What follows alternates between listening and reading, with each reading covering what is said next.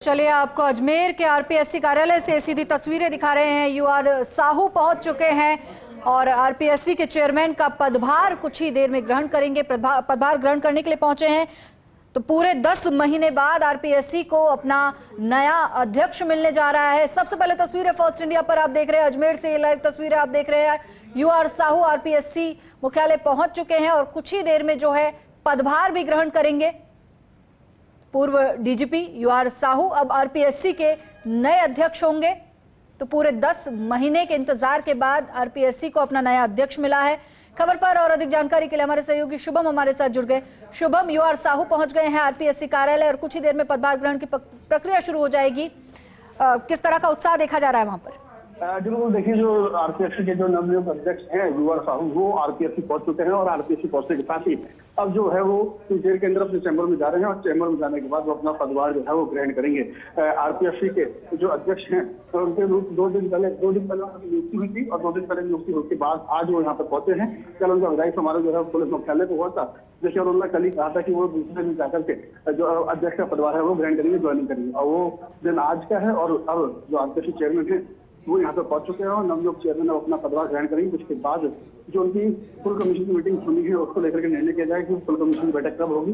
क्योंकि मैं आपको बता दूं कि आरपीएससी चेयरमैन का जो पद था वो करीबन 10 माह से खाली था, क्योंकि अस्थायी रूप से जो था खाली था। कार्यवाहक का जो अध्यक्ष था वो यहाँ पे लगे हुए थे, लेकिन अब फुल फ्लैश अध्यक्ष जो है वो यहाँ पे नियुक्त किया गया है और यूआर साहू जो है वो इस अध्यक्ष पद पर अब बैठे जा रहे हैं और अपनी ज्वाइनिंग करने जा रहे हैं। लगातार यही चर्चा का विषय बना हुआ था कि कब आरपीएससी का अध्यक्ष नियुक्त होगा और कब आरपीएससी जो है वो अध्यक्ष के होने के बाद उसके कामों को गति मिलेगी। लेकिन अब जो आरपीएससी का अध्यक्ष है यूआर साहू को यहाँ पहुंच चुके हैं। मैं आपको बता दूं कि डीजीपी से उन्होंने रिटायरमेंट हुआ और उसके बाद सीधे उनकी नियुक्ति जो है वो आरपीएससी अध्यक्ष के पद पर की गई। और आप देख सकते हैं कि आरपीएससी के अध्यक्ष के पद पर जो है वो यहाँ पे नियुक्त हुए हैं और अब वो अपना पदभार ग्रहण कर रहे हैं। और आरपीएससी अध्यक्ष के रहते हुए उन्होंने जो काम करने हैं उसको लेकर के चर्चाएं होंगी। जो आयोग के जो सभी जो मेंबर हैं वो यहाँ पे मौजूद हैं। आयोग के मेंबरों के अलावा जो आरपीएससी के सेक्रेटरी हैं वो भी यहाँ पे मौजूद हैं। और यहाँ पे मौजूद होने के साथ ही कहा जा सकता है कि जो तमाम जो इंतजाम थे वो पहले ही कर लिए गए थे और पहले ही सूचना दे दी गई थी कि आरपीएससी के अध्यक्ष जो है वो आज ज्वाइन करेंगे। और आज ज्वाइन करने के साथ ही जो आगे की कार्रवाई है वो शुरू कर दी जाएगी। जो तमाम बैठकों का दौर चलेगा, तमाम जो मेंबर हैं इसके अंदर तो करीबन 7 बिल्कुल 5 मेंबर जो है एट प्रेजेंट मौजूद हैं, तो वो सभी मेंबर हैं।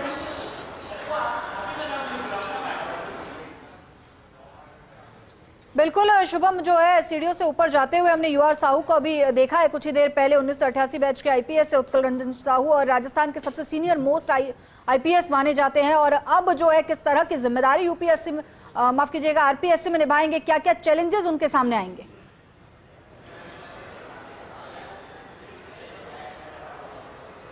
जो बिल्कुल देखिए, जो राजस्थान लोक सेवा आयोग के जो अध्यक्ष के पद पर उनको नियुक्त किया गया उसके बाद से उनके चैलेंज जो थे वो कहीं ना कहीं शुरू हो गए थे। और सबसे बड़ा चैलेंज जो है वो ये रहेगा कि जो 17 और 18 तारीख को आयोग की जो सबसे बड़ी परीक्षा है आरएस मुख्य परीक्षा 2024 उसका आयोजन होना है।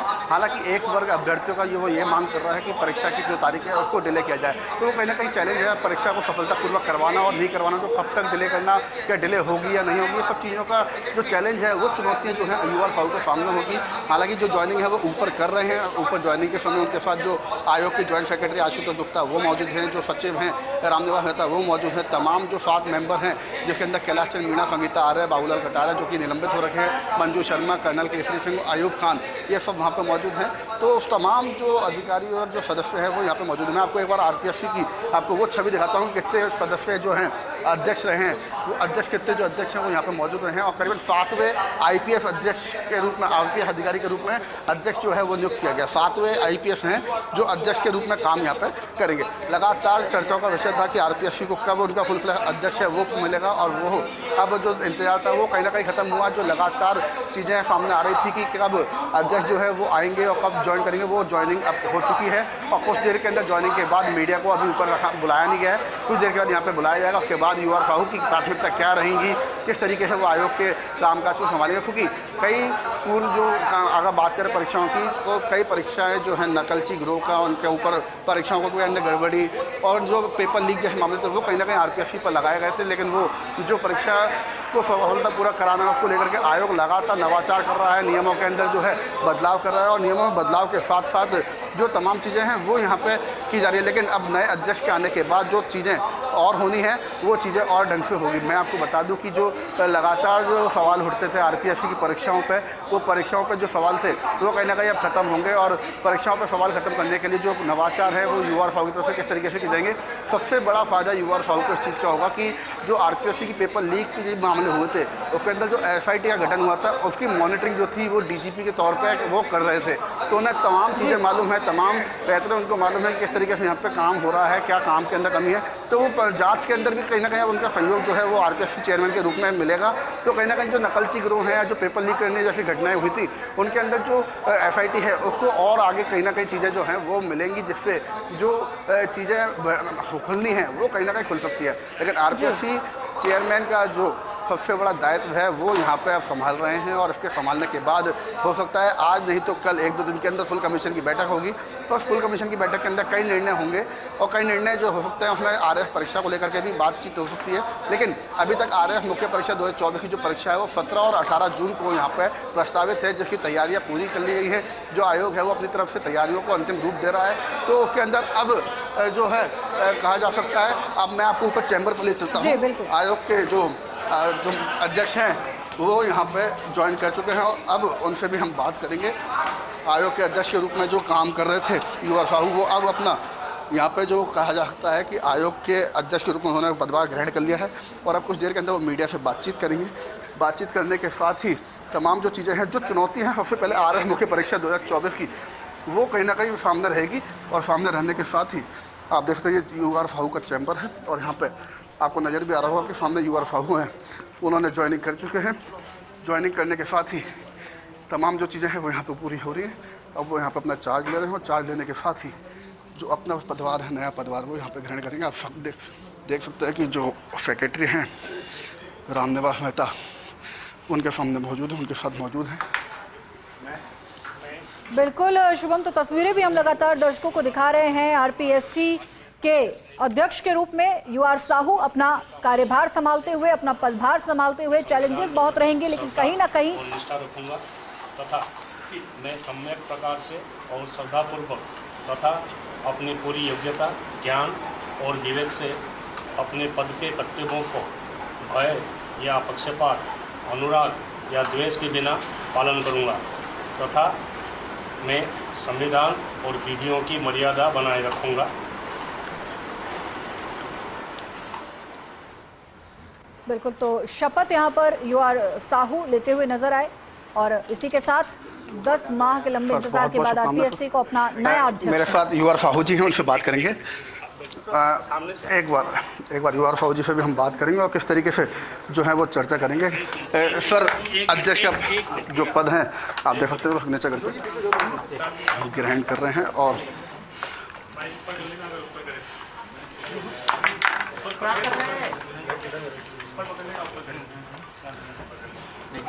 मेरे साथ में जो है यूआर साहू जी, आप देख सकते हैं कि जो कागज़ हैं, तमाम जो चार्ज हैं वो ले रहे हैं और यहाँ पे लेने के साथ ही अब जो है वो यहाँ पे चर्चाएं करेंगे मीडिया से। मैं आपको बता दूं कि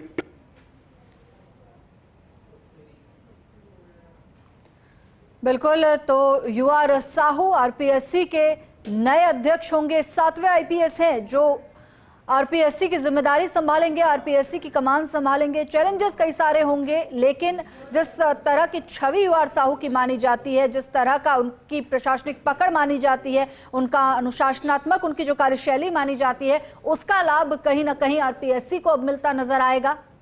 प्रदेश के सबसे सीनियर मोस्ट आईपीएस में उनका नाम शुमार है, सबसे सख्त मिजाज माने जाते हैं, ईमानदार माने जाते हैं और कहीं ना कहीं अब ये फायदा जो है पहले पुलिस महकमे को मिला और अब कहीं ना कहीं इसका लाभ जो है आरपीएससी को मिलेगा। तो आरपीएससी के नए अध्यक्ष यूआर साहू ने अपना पदभार ग्रहण कर लिया है। जो पेपर वर्क है वो इस वक्त वो वहां पर कर रहे हैं, शपथ वो ले चुके हैं और इसी के साथ आरपीएससी को यूआर साहू के रूप में एक 7वें आईपीएस ऑफिसर और अपने नए जो है अध्यक्ष मिले। काम का बेसिक जिसको आप कहते हैं बेसिक काम है और इसी काम का ही प्राथमिकता है। सर अगर बात करें तो पहली चुनौती कहीं ना कहीं आरएफ की मुख्य परीक्षा जो 17-18 तारीख को होनी है वो कहीं ना कहीं है, सफलतापूर्वक परीक्षा करानी है। कुछ लोग डिमांड कर रहे हैं चेंज करने का, वो नॉलेज में है, लेकिन मैं अभी जस्ट ज्वाइन ही किया हूँ। इस इशू के बाकी जो पहलू हैं वो ना तो मेरे ध्यान में है ना मैंने चेक किया, उस पर अभी मैं कोई कमेंट नहीं कर पाऊँगा कि इस पर क्या होगा क्या नहीं होगा। सर कई परीक्षा लीक जैसे मामले जो है वो सामने आते हैं, डीजीपी रहते हुए एफआईटी का गठन हुआ था और आपने बारीकी से उनको देखा भी है, तो कहीं ना कहीं अब और भी फायदा होगा उन जांचों के अंदर और आपको जानकारी भी ज़्यादा है उन चीज़ों की, तो किस तरीके से? नहीं, एसआईटी के द्वारा जो विभिन्न परीक्षाओं में माल प्रैक्टिसेस की इन्वेस्टिगेशन हुए और उस इन्वेस्टिगेशन में किस प्रकार से किस तरीके से गलत रास्ता लोगों ने अपनाया उसकी जानकारी मुझे है, ये बात सही है, उसका नॉलेज है और कोशिश होगी उस नॉलेज को ध्यान में रखते हुए आगे परीक्षाएं में कोई दिक्कत परेशानी नहीं आए उसकी प्रयास करेंगे।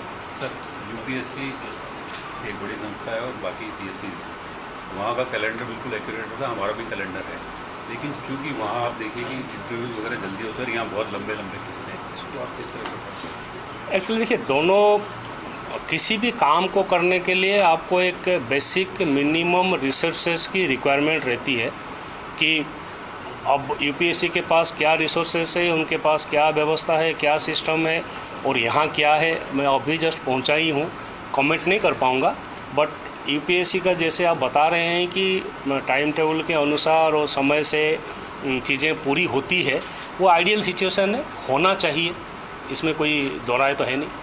सर पिछले कुछ समय से आरपीएससी में ट्रांसपेरेंसी जो है वो बहुत हद तक कर्टेल डाउन हुई है, जो भी इंसिडेंट्स हुए हैं पेपर लीक के बाद से ही, क्या ट्रांसपेरेंसी के जरिए फेथ वापस से रीगेन करने का प्रयास रहेगा?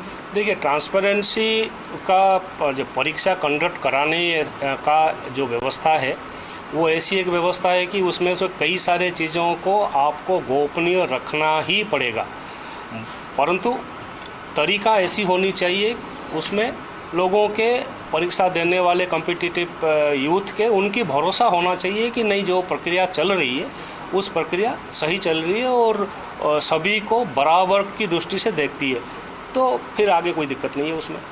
लेकिन जिस तरह का माहौल रहा है अभी हाल ही में 1 साल की बात नहीं करें, उससे पहले जो चीज़ आप कह रहे हैं वो ऐसा कुछ भी नहीं हुआ था। ट्रांसपेरेंसी की बात करें तो केवल मीडिया पर ही सारा कंफ्यूजन मिलाया गया था, बाकी पे किसी पे नहीं था, सब कुछ यहाँ पे चल रहा था, आपको भी ध्यान है कैसे चल रहा था कैसे नहीं चल रहा था। अब उसको रोकने के लिए किस तरह के कदम उठाने, देखिए क्या नवाचार आप समस्या क्या है और हर समस्या का कोई ना कोई समाधान का तरीका ढूंढने की आवश्यकता है। जो प्रॉब्लम्स अगर कहीं भी है किसी भी प्रकार, ऐसा कोई व्यवस्था नहीं है जो व्यवस्था 100% सही है।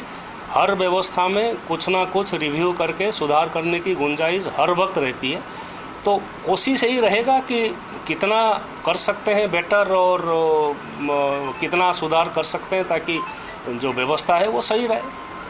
जो समय आपको मिलेगा जैसा कि आप आए हैं वो अब क्योंकि समय भी आपके पास 1 साल है, हाँ कम रहेगा, अब जितना आप 1 साल में क्या ऐसा कर सकेंगे? आज तो देखिए, आज तो समझने में भी समय लगेगा आपको लगता है? बिल्कुल सही है, बिकॉज बिल्कुल ही अलग प्रकार के इंस्टीट्यूशन है, अलग प्रकार के काम है, अलग प्रकार के प्रक्रिया है, समझने के भी टाइम लगेगा और काम करने के लिए भी समय चाहिए, ये भी साफ बात सही है। बट जितना समय राज्य सरकार की तरफ से मुझे मिला है उसमें जितना बेस्ट कर सकता हूँ वही प्रयास करूँगा। पदों की लेकर भी यहाँ पर समस्या बनी रहती है, काफ़ी पद जो है वो खाली हैं, सदस्य भी अभी जुड़े हुए हैं, वो भी एक समस्या रहेगी आपको? देखते हैं, मतलब वो तो मैं कह रहा हूँ रिसोर्सेज की आवश्यकता तो रहती ही है, अब जो आवश्यकता है उसको कैसे पूर्ति करेंगे उसकी आगे की बात आगे देखेंगे, प्रयास करेंगे हर चीज़ की। आरपीएससी के साथ वापस वैसी की वैसी हो, उसे लेकर कोई नवाचार सोच के आए हैं आप? नहीं, ऐसा अभी किसी प्री कंसीव्ड आइडियाज़ के साथ मैं बिल्कुल नहीं आया हूँ। व्यवस्था देख के समझ के जो चाहिए उसको अनुसार काम करूँगा। Thank you.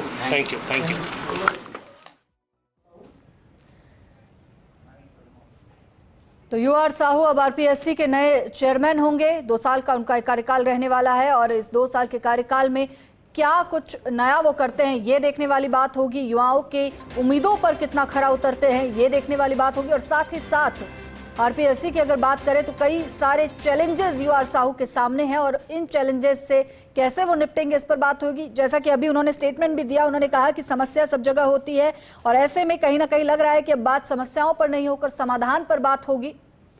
तो 1988 बैच के आईपीएस है उत्कल रंजन साहू, जो कि अब आरपीएससी के नए चेयरमैन होंगे। तस्वीरें भी अजमेर से लगातार हमने आपको लाइव दिखाई, किस तरह से उन्होंने फॉर्मेलिटी जो है वो होती है, जो फॉर्मेलिटी है उसे पूरा करने के बाद जो है अपना पदभार ग्रहण किया। तो अजमेर आरपीएससी कार्यालय की तस्वीरें हैं। शुभम हमारे साथ लगातार बने हुए हैं। शुभम, पदभार ग्रहण कर चुके हैं और इसी के साथ आरपीएससी को अपना नया चेयरमैन भी मिल गया है। बिल्कुल, देखिए जो आरपीएससी के नवनियुक्त चेयरमैन है, आरपीएससी के नवनियुक्त चेयरमैन है उत्कल रंजन साहू, वो यहाँ पे पदभार ग्रहण कर चुके हैं और अब वो चर्चा जो है वो तमाम जो मेंबर हैं उनके साथ कर रहे हैं, जो अधिकारी हैं आयोग के उनके साथ कर रहे हैं, किस तरीके से काम होगा, किस तरीके की प्रणाली रहती है, उसके बारे में जानकारियां साझा कर रहे हैं और जानकारियां साझा करने के साथ ही जो चीजें हैं वो यहाँ पे की जाए। हालांकि जैसे उन्होंने बताया कि सबसे बड़ी चुनौती जो आरएस भर्ती परीक्षा 2024 की जो परीक्षा होनी है उसको लेकर के है। 17 अगस्त को परीक्षा का आयोजन होना है, लेकिन विद्यार्थी वर्ग का एक जो वर्ग है वो परीक्षा को टालने की, परीक्षा की तारीख बदलने की बात कर रहा है। जैसा जब बात करी उनसे तो उन्होंने युवा साहू ने भी बताया कि मेरे संज्ञान में है, लेकिन किस तरीके से उसको चेंज कर सकते हैं, नहीं करना है या करना है तो उसका निर्णय लिया जाएगा या उस पर चर्चा की जाएगी, क्या पॉसिबल है क्या करना है। जो भी चीजें हैं वो अध्यक्ष जो है वो अपने व्यवस्था करता है, तो उसको लेकर के चर्चा जो है वो की जाएगी। लेकिन उन्होंने ये कहा कि मेरे पास 1 साल का पूरा समय है जो आयोग के अध्यक्ष पद पर वो रहेंगे। 1 साल का अगर उनके पास समय है तो समय को किस तरीके से लेकर नवाचार करेंगे, क्योंकि आयोग के अंदर तमाम अध्यक्ष जो आते हैं वो अपनी अपनी कार्यप्रणाली को जो है वो अलग से यहाँ पर रखते हैं। कुछ नवाचार जो कई ऐसे काम हुए जाते हैं कि कोई ना कहीं जो काम है वो बड़ा अपने आप में रह जाता है, अपने आप के नाम जो है वो बिल्कुल शुभम, तो अब एक नए सिरे से कार्य